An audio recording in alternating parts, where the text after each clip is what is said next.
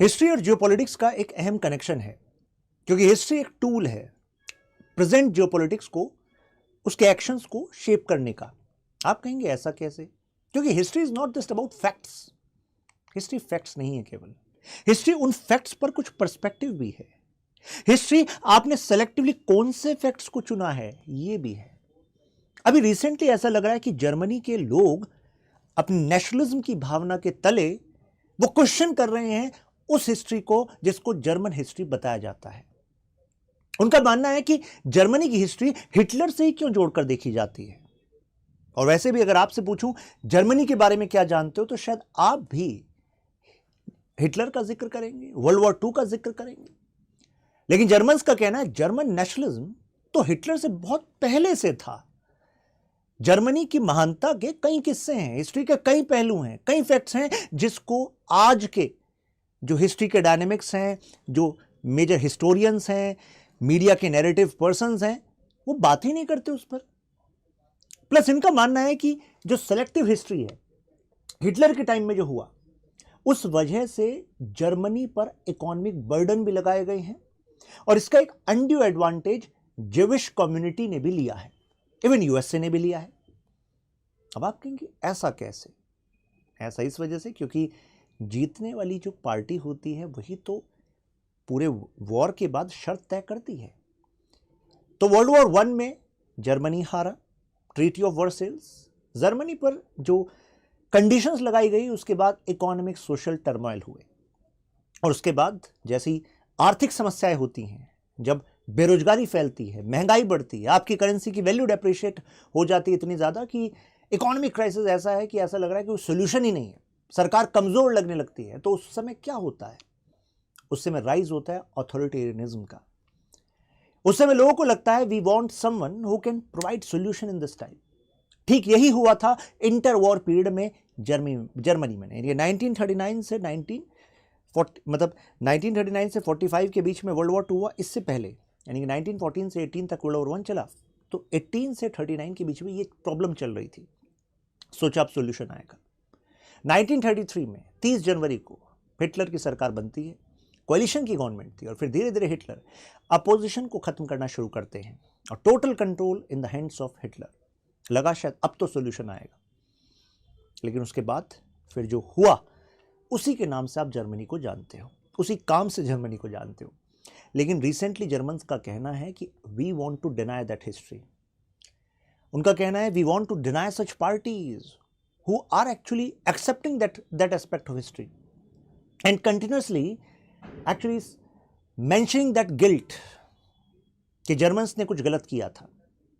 यहां पर जर्मन्स का कहना है जर्मन्स ने गलत नहीं किया, वो एक पार्टी थी, एक फेज था, और उस फेज के भी सपोर्टर आज भी मिल रहे हैं। अब यहां पर देखिए 70% लोगों का कहना है कि भाई ये जो गिल्ट है हॉलोकॉस्ट के समय का, you want to deny that. अब जर्मनी को उससे आगे बढ़ना चाहिए। तो ऐसा क्यों हो रहा है? अभी कहा जा रहा है कि जर्मनी की एक स्टेट में जहां से नाजी पार्टी स्ट्रांग हुई थी, वहीं पर AfD नामक पार्टी, जिसको नियो नाजी पार्टी या नियो फासिस्ट पार्टी भी कहा जा रहा है, वो सरकार वहाँ पर मतलब सबसे बड़ी पार्टी बनकर उभरती है। और अभी जो रिसेंट इलेक्शन है उसमें कहा जा रहा है कि AfD हो सकता है देश की सबसे बड़ी पार्टी ना बन जाए। आप कहेंगे ऐसा कैसे हो सकता है? अगर उसके लिंक, उसके आइडियाज़ के लिंक हिटलर से हैं, तो हिटलर तो जर्मन के लोग भी उनको एनिमी मानते होंगे ना। अब इस वीडियो में मैं आपको यही बताने वाला हूँ क्या डाइकोटॉमी है, क्या विरोधाभास है। क्योंकि देश को जानना हो तो वहाँ जाइए जहाँ पर मेजॉरिटी ऑफ पॉपुलेशन रहती है। देश की जो नब्ज है वो कैपिटल में नहीं मिलती केवल, कुछ ऐसा ही यहाँ पर समझने को मिल रहा है। सबसे पहले तो ये जर्मनी हमें पता होना चाहिए कि 4th लार्जेस्ट इकोनॉमी है, राइट। और 1945 ये जो वर्ल्ड वॉर II था उस समय तो जर्मनी वॉज इन टर्मोइल।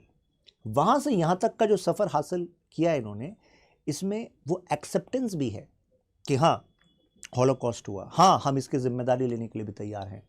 जिम्मेदारी की भी एक स्टोरी है, अभी उस पर भी आएंगे।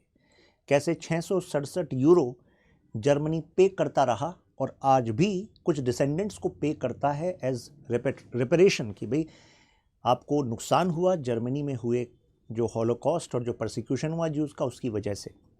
खैर अब देखिए यहाँ पर जर्मनी ने अपनी इमेज को चेंज करना शुरू कर दिया था। जैसे ही 1945 में ये वर्ल्ड वॉर 2 एंड हुआ तो उस समय जर्मनी को भी तो डिवाइड कर दिया गया था, ईस्ट जर्मनी वेस्ट जर्मनी। तो जर्मनी को एक बात समझ में आ गई थी कि भाई जैसे स्पेशली वेस्ट जर्मनी को यहाँ पर, कि अगर मुझे इकोनॉमिकली पावरफुल बनना है तो मुझे फोर्ज करने होंगे स्ट्रॉन्ग रिलेशंस विद यूएसए। और यूएसए किसको बैक करता रहा है? इजराइल को। ब्रिटेन किसको बैक करता रहा है? इजराइल को। बेल्फर डिक्लेरेशन, वर्ल्ड वॉर 1, तो ब्रिटेन और यूएसए तो इजराइल को सपोर्ट करता रहा है। और जर्मनी में जो हुआ उसकी वजह से इस एरिया से एक बड़ी जो जनसंख्या, बड़ी पॉपुलेशन जूस की, वो इजराइल में गई कि नहीं गई?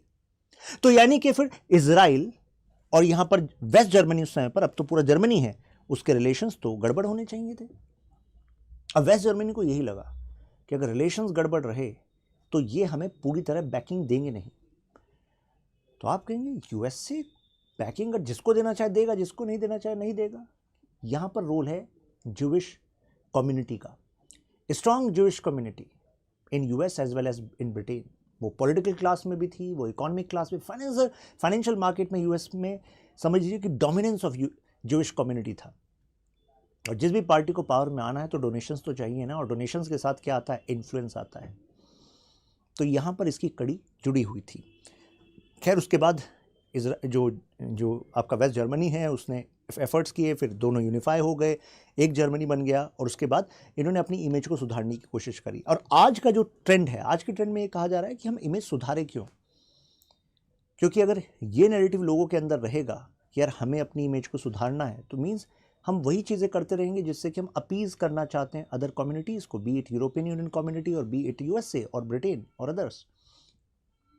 और अब एक रिवर्स वेव चल रही है, wave of right wing, which wants to focus on national identity connected to past, which is actually way way beyond than world war 2।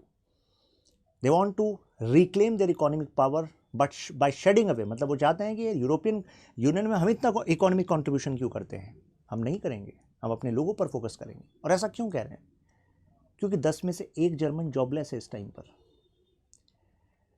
और लगभग अगर 10 की हम बात करें तो 10 में से 5, मतलब 1 तो जॉबलेस है, 5 का ये मानना है कि शायद अगले 5 साल में अगर इसी तरीके से इकोनॉमिक टर्मोइल चलते रहे due to conflicts which is going on around, जैसे कि रशिया के साथ सैंक्शंस जो रशिया पर लगे उसकी वजह से जर्मनी ने जो सोचा था अपना कि चलो बाल्टिक के थ्रू नॉर्थ स्ट्रीम पाइपलाइन से एनर्जी लेंगे, भाई एनर्जी महंगी हो गई, अगर इन्फ्लेशन हो जाएगा, ऊर्जा तुम्हारे लिए महंगी हो जाएगी, तो मैन्युफैक्चरिंग महंगी होगी कि नहीं होगी? और मैन्युफैक्चरिंग महंगी होगी तो अल्टीमेटली तुम जो एक्सपोर्ट कर पा रहे थे, दूसरे देशों में बेच पा रहे थे, वो महंगा होगा कि नहीं होगा? और महंगा होगा तो भाई सब बिजनेस पे नुकसान होगा कि नहीं होगा? तो अब जर्मनी को ये लगने लग रहा है कि यार ये यूएसए रशिया के साथ, रशिया को एनिमी मानता है, ये यूएसए यूक्रेन को सपोर्ट करता है, वॉर कंटिन्यू रहता है, लेकिन खामियाजा सबसे ज़्यादा हम भुगत रहे हैं, हमारी कंपनीज शिफ्ट हो रही हैं यूएसए में। So who is losing? Germany is losing. क्या करें इस नेटो की सॉलिडारिटी का, नॉर्थ अटलांटिक जो ये ट्रीटी ऑर्गेनाइजेशन, इसका क्या करें? नुकसान तो हमें हो रहा है। तो ज़रा पहले इनके एक एक तार खोलेंगे, पहले हिस्ट्री पे जाते हैं। ये हॉलोकॉस्ट है क्या? तो हॉलोकॉस्ट क्या था? वो स्टेट स्पॉन्सर्ड सिस्टमैटिक परसिक्यूशन था, यानी कि हिटलर के राज में सिस्टमैटिक तरीके से, मतलब बाकायदा पॉलिसी के तहत ज्यूज़ को ख़त्म किया गया। और खाली ज्यूज़ नहीं थे, कुछ रशियंस भी थे, कुछ रोमास भी थे, अदर भी थे। करीब 11 मिलियन के आसपास लोग थे जिनको ख़त्म किया गया, जिसमें बच्चे, बूढ़े, जवान सब थे। इसमें करीब कहा जाता है करीब 6 मिलियन के आसपास स्पेसिफिकली ज्यूज़ थे, करीब 60 लाख लोग। और जब ये हुआ उससे पहले मेन कैंप में इनके आइडियाज़ दिख जाते हैं हिटलर के। ये अपनी इस किताब में खुद ही बोल रहे हैं कि यार जो एंटी सेमिटिज्म है, that's a core idea, that idea should be connected to the nationalism of Germany. अब आप कहेंगे ऐसा क्या है, क्या मतलब है? एक्चुअली हिटलर से पहले एक स्कॉलर हुए गोबिनियो। तो गोबिनियो ने कहा कि देखो सभी रेस ना बराबर नहीं होती, नेचर ने जगह जगह इनइक्वालिटी बनाई है और उसका कुछ कारण ही है। जैसे कि ब्रीड्स होती हैं अलग अलग स्पीशीज़ की, अलग अलग स्पीशीज़ आप देखते हैं तो उसमें भी हाई ब्रीड लो ब्रीड होता है कि नहीं होता है? एक ब्रीड ज़्यादा प्रोडक्टिव होती है, एक ब्रीड कम प्रोडक्टिव होती है ना? चाहे एनिमल्स में भी देख लीजिए। तो गोबिनियो का कहना था इसी तरीके से इंसानों में ब्रीड है, एक आर्यन रेस है जो कनेक्शन, जो ये मानते हैं वो जर्मन रेस है, और बाकी जो ज्यूज हैं ये वीक रेस है। और अगर वीक रेस स्ट्रांग रेस के साथ मिलकर रहेगी तो कैंसर का काम करेगी, इम्प्योरिटी करेगी। और वर्ल्ड वॉर वन, फिर इसमें उस आइडिया का इस्तेमाल कर रहे हैं हिटलर कि वर्ल्ड वॉर वन में हार का एक बड़ा कारण क्या था, ज्यूज भी थे। तो जब देश हार जाता है तो कारण ढूंढता है, और उसको कोई कह दे कि क्लैरिटी है कि स्ट्रांग इस तरीके से हो गए, तो उस कारण को ले लेता है, मान लेता है। तो एंटीसेमिटिज्म में एक रिलीजियस एंगल भी है। जैसे क्यों लोगों ने मान लिया है आसानी से नहीं माना। ये कोई पहली बार किसी ने नहीं कहा था। अगर पहली बार हिटलर कहते तो शायद कन्विंस करने में सालों लग जाते। हिटलर का राइज होता है, लोग मान लेते हैं कि हाँ ज्यूज प्रॉब्लम है, ज्यूज का सफाया होना चाहिए। माना क्यों? क्योंकि इसके अंदर रिलीजन का एंगल है। जो क्रिश्चियंस हैं वो अपने स्क्रिप्चर्स और अपने जो नैरेटिव्स हैं उसमें पढ़ते हैं कि ईसा मसीह को धोखा किसने दिया था, ज्यूज ने दिया था। तो एक वो भी सेंटिमेंट है जो हेट वाला सेंटिमेंट है, रिलीजियस एंटीसेमिटिज्म उसको कहते हैं। हालांकि हिटलर ने सोचा रिलीजियस एंटीसेमिटिज्म उतना स्ट्रांग नहीं है, क्योंकि मान लो कोई कन्वर्ट हो जाए क्रिश्चियन, फिर वो एक पॉलिटिकल फोर्स कैसे बनेगा। ये कोई पॉलिटिकल एंटीसेमिटिज्म भी नहीं है कि चलो भाई कोई दूसरे देश में चला गया, ऐसा कैसे, नहीं, केवल इतना नहीं है, हमें कुछ बड़ा सोचना है। तो उन्होंने बात की रेशियल एंटीसेमिटिज्म की, यानी कि जो रेस है यही इंप्योर है, इस रेस में ही प्रॉब्लम है।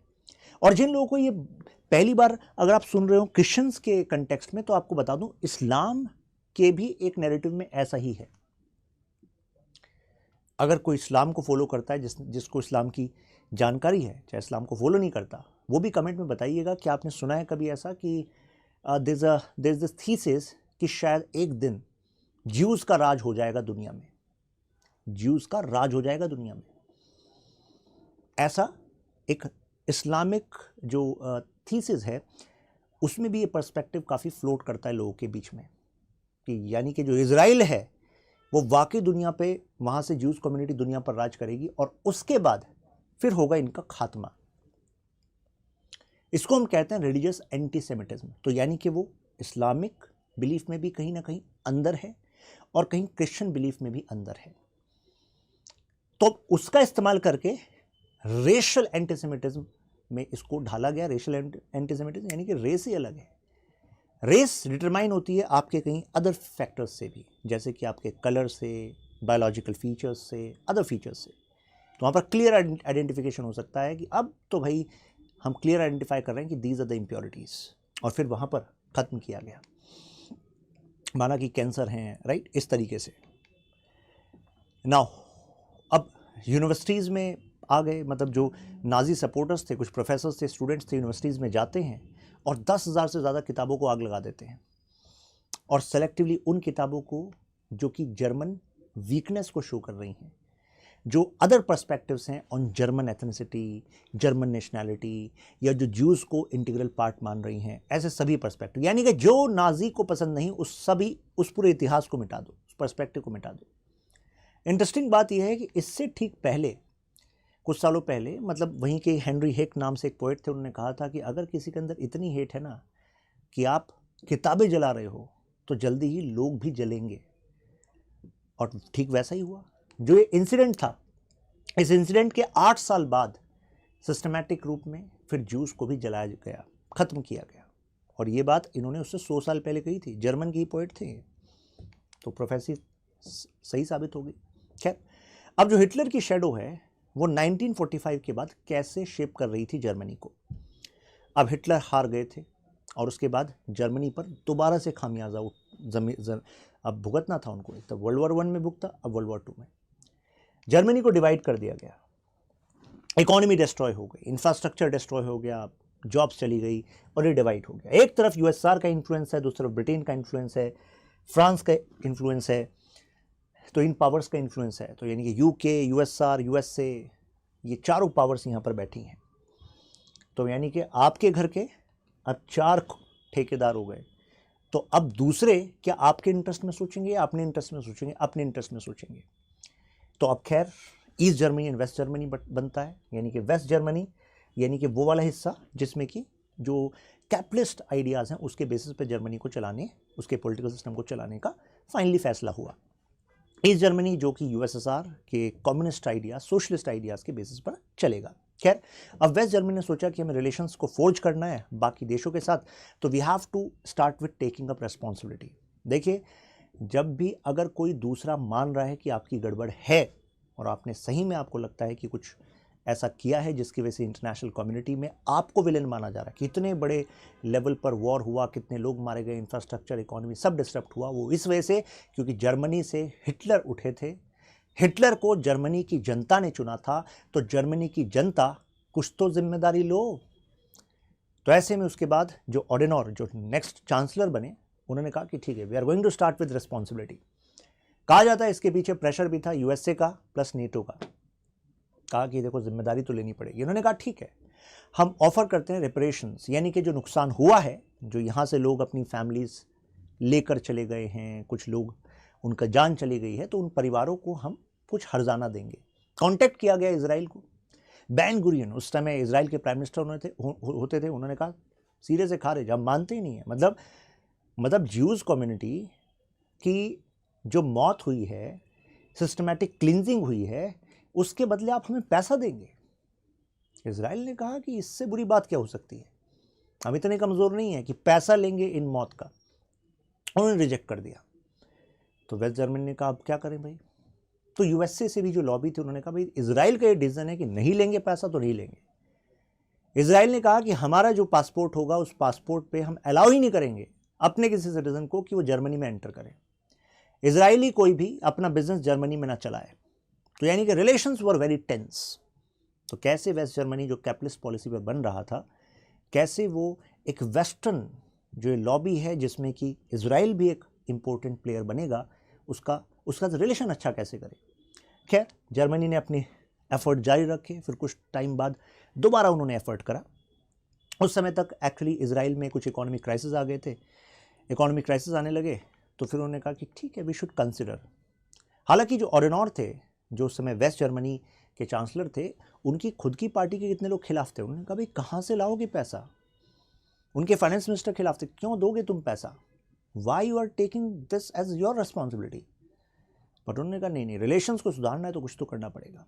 खैर, अब समय बदला और जब इजराइल के नए ये पीएम आए, मिस्टर बेगिन, तो उन्होंने कहा कि चलो हम इसके बारे में सोच सकते हैं, कुछ सोल्यूशन निकालते हैं। अब यहाँ पर जनता सड़कों पर आ गई। उन्होंने कहा क्या बात कर रहे हो, मतलब इतने लोगों को मार दिया गया, अब उनकी मौत के बदले पैसा लेंगे हम, इस बेसिस पर जर्मनी के साथ रिलेशन अच्छा करेंगे हम, जर्मन लोगों के साथ हम रिलेशन नहीं चाहते।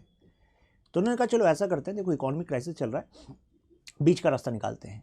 हम कहते हैं कि हम मौत के बदले पैसा नहीं ले रहे, reparations for what happened we are not taking. हम केवल क्या ले रहे हैं कि जो लोग जर्मनी से आकर यहाँ पर बसे या जिन्होंने जो अपना खोया है, तो उनके रीसेटलमेंट का खर्चा आप दे दो। तो कहा चलो भाई, जर्मनी ने कहा ठीक है, इसका रास्ता निकालते हैं। फाइनली एक कॉन्ट्रैक्ट बना, जिसके पहले आर्टिकल ने कहा कि चलो पैसा तो आप नहीं ले रहे हो, पैसा उनके पास वैसे था भी नहीं, बट दे वर लाइक कि चलो इंडस्ट्रीज अब चलने लगी हैं, कैपिटलिस्ट इकोनॉमी है, जो पैसा जनरेट होगा उसका एक पार्ट हम देते रहेंगे, पार्ट्स में। खैर, फाइनली जो है आर्टिकल 1 है, उसने कहा ठीक है हम सपोर्ट भेजते हैं इजराइल को। उन्होंने सबसे पहले कुछ गुड्स भेजे, संसाधन भेजे, रिसोर्सेज भेजे। कहा कि चलो जो नए लोग हैं इनके बीच में आप डिस्ट्रीब्यूट करना, जो वहाँ से इजराइल में सेटल हुए हैं ज्यूज़। और दूसरा आर्टिकल ने कहा कि चलो हम कुछ जैसे पेंशन होता है ना, पेंशन देंगे, लेकिन उसको क्वार्टर में देंगे, मतलब 3 महीने की एक बार पेंशन दे दिया करेंगे। 667 यूरो के आसपास वो बैठ रही थी। तो फाइनली उन्होंने एग्री कर लिया, 667 यूरो। क्राइटेरिया भी बताया गया, ये देखिए आर्टिकल 2 में क्राइटेरिया बताया गया। मतलब ये भी कहा गया कि अगर उस समय पर कोई फीटस था, मतलब वो डिलीवर नहीं हुआ था बेबी, लेकिन उसकी जो मदर हैं उन्होंने अपना परिवार खोया, तो ऐसे में बाई चांस वो इजराइल में आ गई, पहले जर्मनी में थी, तो now she is going to have this, you can say, जो बेबी है, जो उस समय बर्थ भी नहीं होती, उसको भी ये जो पेंशन है ये मिलती रही। तो अभी भी कुछ लोग हैं जिनको ये पैसा जर्मनी से जा रहा है, राइट। अब ज्यूज कम्युनिटी का ये भी कहना था कि यार वी वर द वन जिन्होंने वर्ल्ड वॉर 1 में बीइंग जर्मनी की तरफ से फाइट किया, और ऐसा क्या हो गया 19 से और मतलब 19 से 39 के बीच में कि हम ही कह दिया कि हम ही देश के सबसे बड़े दुश्मन हैं, तो एटलीस्ट वी डिजर्व समथिंग। तो कुछ एक सेक्शन वो भी थे। तो खैर उन्होंने कहा चलो इस बेसिस पर हम सपोर्ट करते रहेंगे, राइट। लेकिन अब ऐसा लग रहा है कि they are coming out of guilt, right. अब वो चाहते हैं भाई इसको वाइट वॉश करो, कब तक हम जर्मनी को केवल इसी से जानते रहेंगे, राइट। ये कुछ मेमोरियल्स हैं, जैसे AFD पार्टी के एक लीडर हैं, उन्होंने कहा यार why we are having these memorials. अब इन मेमोरियल्स का टाइम गया।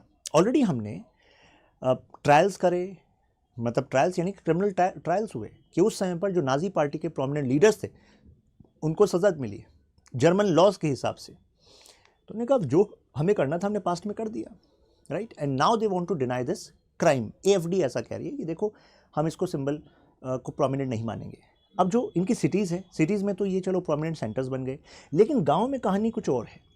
कुछ ऐसे रूरल एरियाज़ हैं जहाँ पर उस समय नाजी पार्टी के कुछ जो कमांडर थे जिन्होंने एग्जीक्यूशंस करे थे उनकी सेनेटरी बनी हुई है, मतलब कि उनके भी स्थान बनाए हुए हैं। तो यानी कि not every German is actually saying कि जो हुआ वो गलत ही हुआ था। यानी कि एंटी सेमिटिज्म वो हिस्ट्री का एक इवेंट ही नहीं, वो एक अंडर करंट की तरह सोशल बिलीफ्स में आज भी कहीं कहीं एग्जिस्ट करता है। और जहाँ जहाँ एग्जिस्ट करता है उसको टैप करके वोट में कन्वर्ट करने का काम कौन करते हैं? पॉलिटिशियंस करते हैं। तो अब जर्मनी वही कर रहा है। अब जर्मनी उस आइडिया को चैलेंज कर रहा है, कह रहा है नया आइडिया आना चाहिए। अब इसी समय पर ऐसा क्यों हो रहा है? क्यों अब ये वॉइस बढ़ गई है? राइज ऑफ राइट विंग क्यों हो रहा है? हिस्ट्री को नई हिस्ट्री क्यों वो क्लेम करना चाह रहे हैं, वाइट वॉश करना चाह रहे हैं? तो एक तो इकोनॉमिक रीजन से बताया आपको कि 1 in 10 जर्मन वर्कर अनएम्प्लॉयड है। बाकियों को लग रहा है कि यार 5 साल में जॉब रहेगी कि नहीं रहेगी। एएफडी पार्टी पॉपुलर हो रही है और एएफडी का लिंक बताया जाता है रशिया से भी। रशिया को लगता है कि जो एएफडी है वो अगर स्ट्रांग होगी तो जर्मनी ईयू कम्युनिटी के बाकी जो नेटो के मेंबर हैं उसके हिसाब से नहीं चलेगा, वो यूएसए को भी चैलेंज कर देगा। तो अगर ये राइज होगा तो यूरोस्केप्टिसिज्म बढ़ेगा, यानी कि जर्मनी का contribution in European union decrease होगा। और यही वो यूरोपियन यूनियन है जो ऑफर दे रहा था यूक्रेन को, आइए आप हमारा पार्ट बनिए। तो जो इस पार्ट को बनाने में यूरोपियन यूनियन, अगर उसके खिलाफ कोई पार्टी स्ट्रांग हो सकती है तो भाई साहब उस स्ट्रांग को तो भाई रशिया पुतिन स्ट्रांग करेंगे कि नहीं करेंगे? करेंगे। और पार्टी स्ट्रांग कब होती है?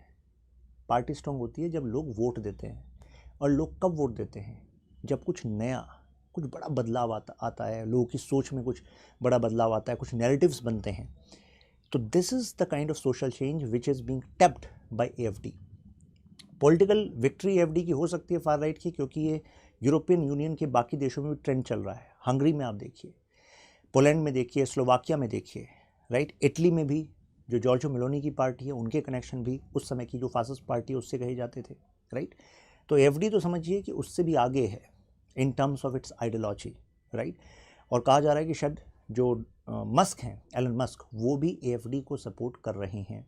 तो आने वाले इलेक्शंस में हो सकता है बड़ा चेंज हो जाए। तो यही एएफडी है जो कह रही है रिजेक्ट करते हैं हम हॉलोकॉस्ट को, हॉलोकॉस्ट की हिस्ट्री को। We need new Germany, we need a Germany which should be proud of our self. German के लोगों को ऐसी चीज़ें याद करनी चाहिए जिसमें वो फ़ख्र महसूस करें। कब तक उन्हें वर्ल्ड वॉर 1 की हार, वर्ल्ड वॉर 2 की हार, हिटलर ने ये किया, यही याद दिलाते रहोगे? और ये तो बात सही है एक तरीके से एएफडी की पॉलिटिकली, तभी तो लोग सपोर्ट करेंगे जब आप उनको कुछ ऐसी चीज़ देंगे कि जिस पे वो प्राउड फील कर सकें। यूरोपियन यूनियन पे इसका क्या नुकसान हो सकता है? उनकी एड कम हो सकती है। नेटो में जो उनके स्टैंड हैं वो काउंटर हो सकते हैं यूएसए से। और एक और चीज़ है, अभी आपने सुना होगा फ्रांस में इमैनुअल मैक्रोन का कहना था we should think the unthinkable, we should not toe the line of USA. तो अगर वो थिंक द अनथिंकेबल की बात कर रहे हैं, we should not toe the line of USA की बात कर रहे हैं, तो यानी कि यूएसए को चैलेंज करने वाला अगर अभी फ्रांस है तो ऐसा लग रहा है नेक्स्ट प्लेयर जर्मनी बन रहा है कि नहीं? तो मुझे लग रहा है कि अभी आपको यहाँ पर क्लैरिटी मिल गई होगी। तो कंक्लूजन के तौर पर हम क्या कह सकते हैं? कंक्लूजन ये है कि अभी जो नेक्स्ट इलेक्शन है वो तय करेंगे कि जो राइज ऑफ राइट है ये एक कंटिन्यूइंग ट्रेंड है और ये और भी बढ़ेगा। और इसके कारण प्रोबेबल कॉन्फ्लिक्ट्स भी हो सकते हैं। क्यों? क्योंकि अगर एक new rightist party, new Nazi party अगर राइज होती है और वो भी एक्सपेंशनिज्म की बात करती है, जैसे कि हिटलर करते थे, टेरिटोरियल एक्सपेंशन, इकोनॉमिक राइज, तो टेरिटोरियल एक्सपेंशन में भी a problem. Although territorial expansion is also what Putin supports, क्योंकि पुतिन से पूछा गया कि अरे आप एएफडी को सपोर्ट कर रहे हैं, तो कोई ऑफिशियल बयान नहीं आया। कहा अच्छा टेरिटरी कहाँ तक है रशिया की, तो उस पर भी कोई क्लियर आंसर नहीं आया।